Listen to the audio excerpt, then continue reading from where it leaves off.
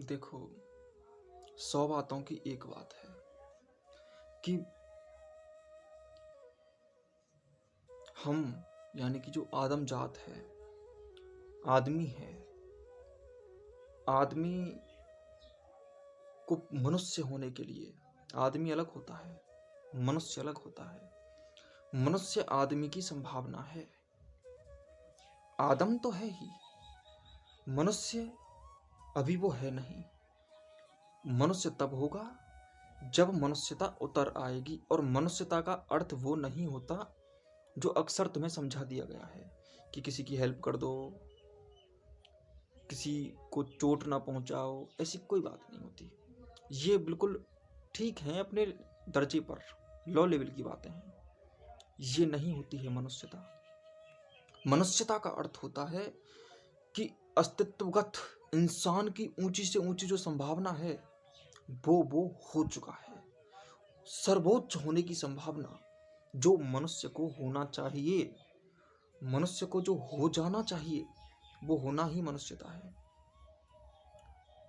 मनुष्य हो जाना ही आदमी की पूर्णता है, और मनुष्य होने पर वह सहज हो जाता है, सहज हो जाता है।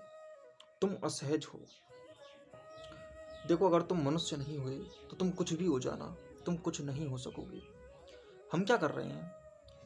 देखो, ये प्राकृतिक सी बात है कि हमारे पास शरीर है, आंखें हैं, पेट है, आदमी के पास कान है, बहुत ज़रूरतें हैं उसकी। अब ठीक है, आंखें भड़काएंगी, कान भड़काएंगे, शरीर भड़काएगा। भड़काएगा क्या? देखो, आंखें कुछ दृश्य मांग रही हैं, दे दो। भूख भोजन मांग रही है, दे दो। प्यास पानी मांग रही है, दे दो। शरीर की आवश्यकताएं ठीक है पूरी हो जाएंगी, लेकिन मनुष्य शरीर के अलावा भी कुछ है। शरीर बाद में आता है। मैं ये नहीं कह रहा हूं कि शरीर की आवश्यकताएं पूरी मत करना, शरीर की आवश्यकताएं भी पूरी करना आवश्यक है, वरना तुम्हारी जो ऊंची से ऊंची संभावना है वो भी नहीं रहेगी। शरीर को साधना जरूरी है, लेकिन शरीर के आगे बहुत कुछ है। शरीर तो सबसे अंत में आता है। शरीर से ऊपर मन आता है, मन से ऊपर भाव आते हैं, भाव जगत आता है, भाव से ऊपर बुद्धि जगत आता है, और बुद्धि से ऊपर चेतन जगत आता है। चेतना, होश। ये देखो, इंसान की इतनी बड़ी बड़ी दुनियाएं हैं, और इंसान जीता है बस छोटी सी दुनिया में, शरीर की दुनिया में। और तुम्हें बता दूं, शरीर की दुनिया में भी पूरी तरह से नहीं जीता। शरीर के बारे में भी मनुष्य भी पूरी तरह से नहीं जानता। शरीर शरीर के बारे में भी पूरा नहीं जी पाता। मन के स्तर पर क्या जिएगा? मन के बारे में पूरा जानेगा कैसे? फिर भाव जगत, बुद्धि जगत और चेतन जगत की बात तो छोड़ दो। चेतना की जो ऊंची से ऊंची स्थिति हो सकती है चेतना की, उसको सहजता कहते हैं, और उस सहज स्थिति को ही अस्तित्व की सर्वोपरि स्थिति कहते हैं। यानी कि पहले आदमी को होश में आना पड़ेगा, होश में आने के बाद वो स्थिति आएगी जब होश में भी रहने की जरूरत नहीं रहेगी। लेकिन आदमी तो शरीर में भी नहीं आ पाया, शरीर को भी ठीक तरह से नहीं जानता। लोगों के पेट मोटे हो रहे हैं, लोग बीमार हो जाते हैं। तो इसका अर्थ है कि शरीर को जानने का बहुत प्रयास किया गया, लेकिन शरीर को पूरा नहीं जान पाया। हम शरीर को भी नहीं जान सकते, और जब हम शरीर को नहीं जान पाए तो फिर कैसे जान लेंगे और ऊंचे स्तरों को? और मनुष्य अगर ऊंचे स्तरों में नहीं जिया तो नीचे स्तरों से अच्छे नहीं लगेंगे, क्योंकि वो मनुष्य है। मनुष्य के पास ऊंचा होने की संभावना है, तो अगर उसको ऊंचाई नहीं मिली तो नीचाई में भले ही वो कितनी भी यात्रा कर ले, उसको चाहिए ऊंचाई। उसकी प्यास नहीं बुझेगी, नहीं बुझेगी, नहीं बुझेगी। पक्का मान लेना इस बात को। देखो, अपने खाने का इंतजाम करो, अपने रहने का इंतजाम करो,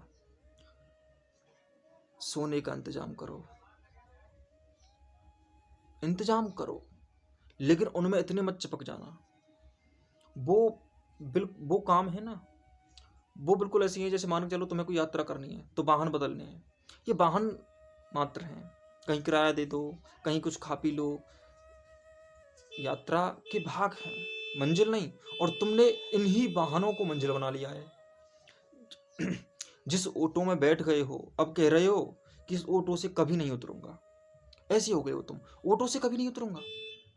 ऑटो को चाटोगे, बसों को चाटोगे, ट्रेन के नीचे लेटोगे, क्या करोगे उनका?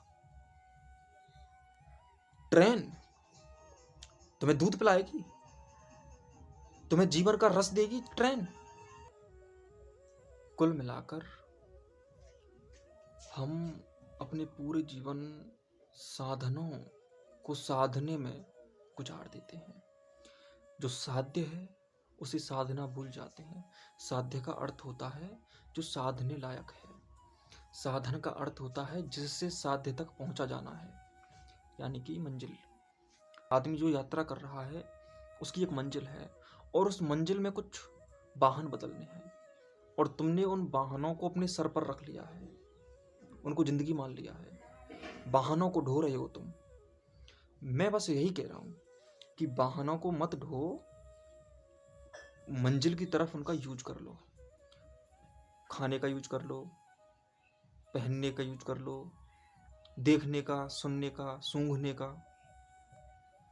हर चीज का यूज कर लो।